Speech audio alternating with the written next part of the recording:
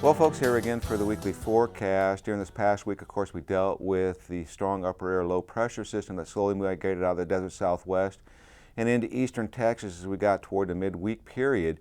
During that time frame, we've seen a daily development of thunderstorm activity in Texas, and then some of that did make it its way into Nebraska. The best precipitation that we've seen was, of course, across the portions of southeast, east central Nebraska and southwest Nebraska, with more isolated to virtually no precipitation for the remainder of the state. Further south in Texas, not uncommon to see reports coming in anywhere from 5 to upwards of 9 inches of moisture.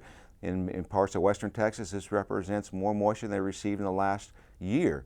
So very welcome moisture. They'll need more of it, of course, to break this long-term drought. But for us, that moisture means that we'll start evaporating into the atmosphere, and so systems that are working in from the west will have an additional source of moisture to work with. And in fact, we do have another system coming in this weekend, and if we believe the models, it looks to be a very juicy period for a good portion of Nebraska. So let's take a look at the upper air models and see what we can expect as we go through this period.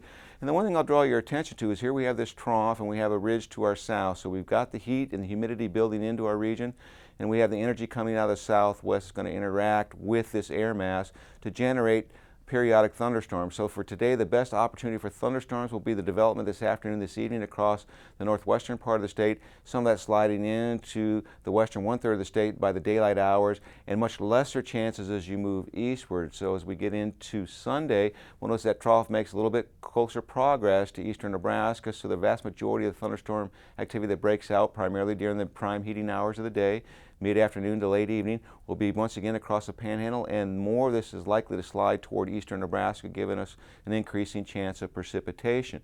As we go into Monday, we'll see that another piece of energy moves across the northern plains. We start to get this flow that moves from west to east from the central Rocky Mountains, and we have this upper air low energy. So systems are going to ride up over top of the ridge and then straight across Nebraska, giving us a very good shot of moisture on Monday.